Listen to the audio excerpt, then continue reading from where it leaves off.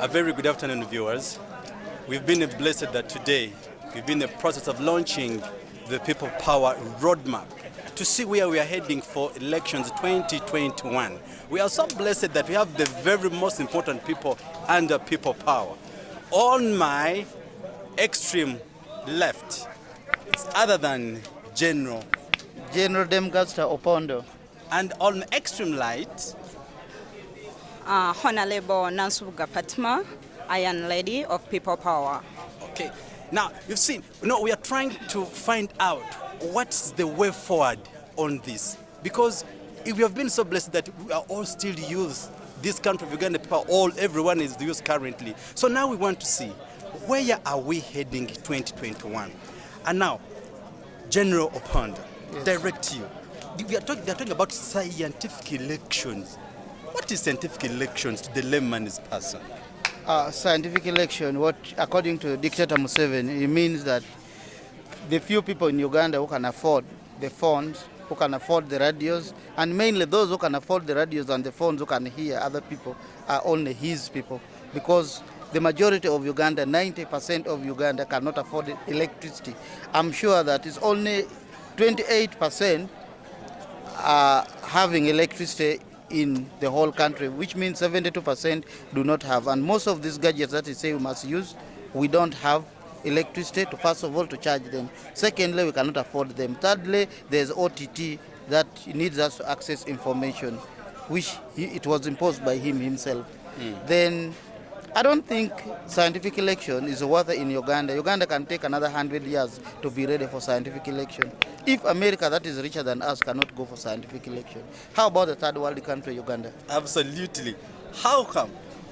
What do you think about scientific elections? What's your view to the public? First, I will ask Mr. Museveni, is Uganda a scientific nation? Are we turning into a scientific world without knowing? How come that in this generation of Mr. Museveni, everything has turned out to be scientific?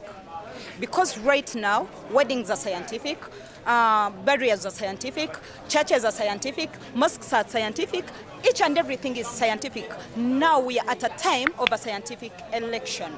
Where in the world has it ever happened?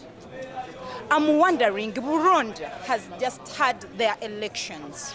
Recently, in this time of COVID-19, the so-called coronavirus, whatever, but they have held their elections in a normal way. How is it that in Uganda it's not possible?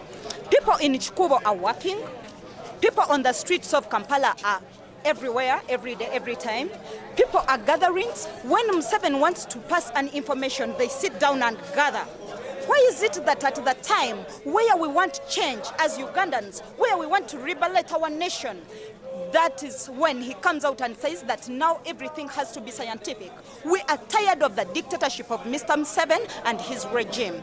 This is our time as the young generation to fight and liberate our nation, because there is no word in our constitution that can clarify the word scientific elections. I disagree with it.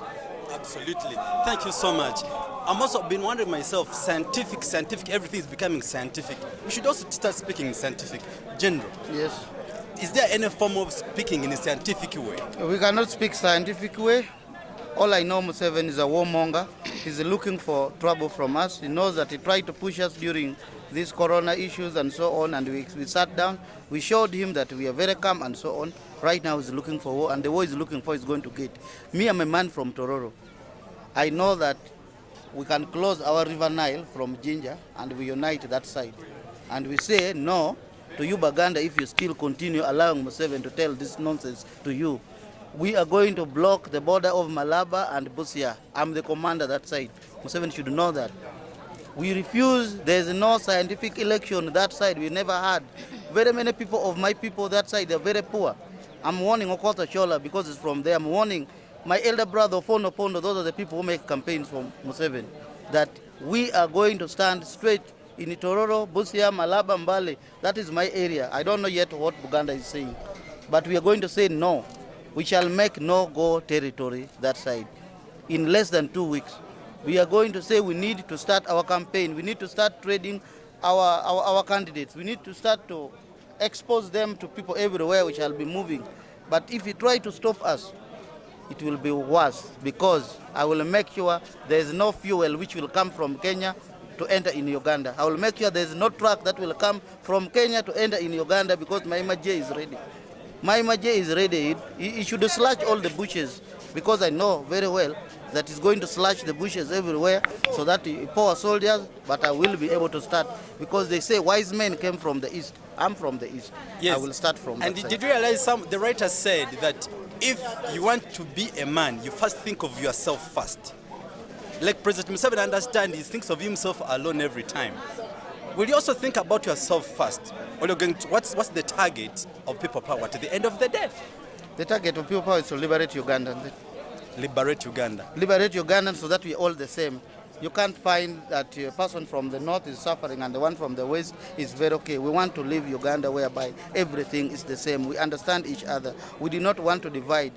We even calling upon these soldiers who are there, the soldiers of Museveni, to know that we are going to be one. We are going to allow you to retire when you want to retire, because Uganda has reached a point whereby if you join forces today, you cannot say after 5 years you want to get off. We want to make sure, even Muhozi, where you are, you know that you are Ugandan soldiers. We are not going to chase you away.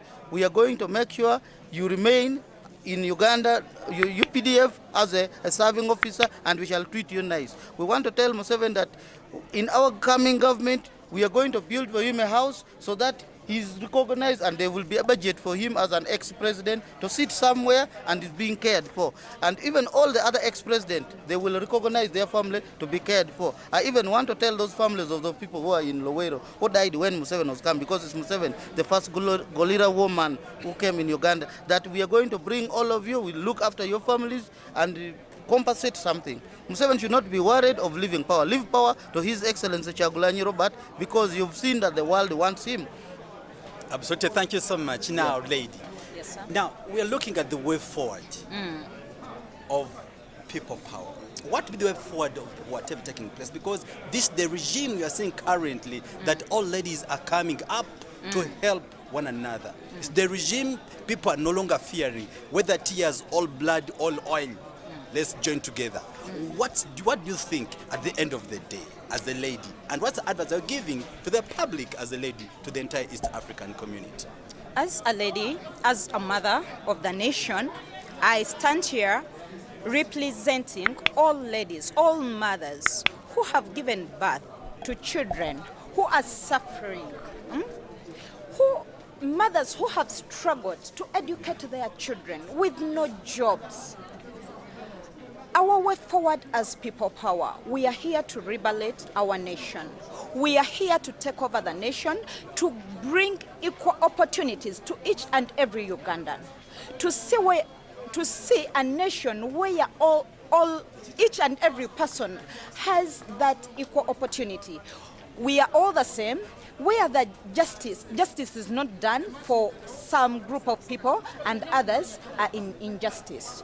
We are here to see that we want a free and fair country where everyone can stand and be proud that I'm proud to be a Ugandan. That's the way forward. That's our mission as people power. We want every Ugandan to be proud that I'm proud to be a Ugandan. Ugandan is the pearl of Africa. So if we as Ugandans are still crying because of the regime of the dictators, this is the time to stand as Ugandans and say that enough is enough. Museveni, you must go. Museveni and your rumpens, your whatever, you have to leave us and we stay in peace with our nation. We want to have each and everything as we are entitled to. Imagine waking up, you don't even know what is going on next. You've gone to school, you have your degrees, but you have no job. You get like a small business in town, you start up something, the KCCA comes out and they take everything that belongs to you. What do you expect? Where are these people going to stand in the next time? People, you've been in your house afraid that if you don't work, you will not eat.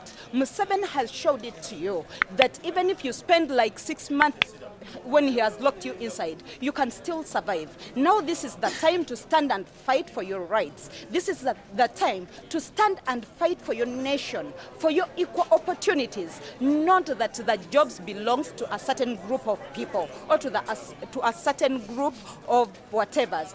This is the time where Ugandans, we have to unite and all come together for a Uganda which is free and fair to each and every one of us. Absolutely. Thank you very much. Welcome. And the last concern, it is understood that there are a lot of people who are running away, being taken by the NRM regime from people power. And those guys are very also equally important. They are running away from this party. What do you think? What will be the problem? And what advice I give those people who are willing to join you? First and foremost, the president has spoken about that. We are here not to fight for ourselves. We are here to fight for the next generation. When Museveni was coming, he was fighting for this generation. Our grandfathers, our fathers stood with him and they fought the battle together. And he came in power.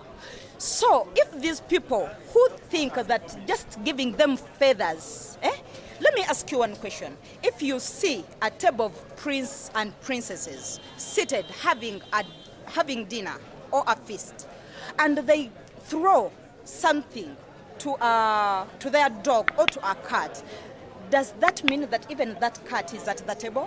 No. Now this is what Museveni is doing to us as Ugandans. They are seated, having a feast, throwing their leftovers to us as Ugandans, and we say that we've got what is enough for us.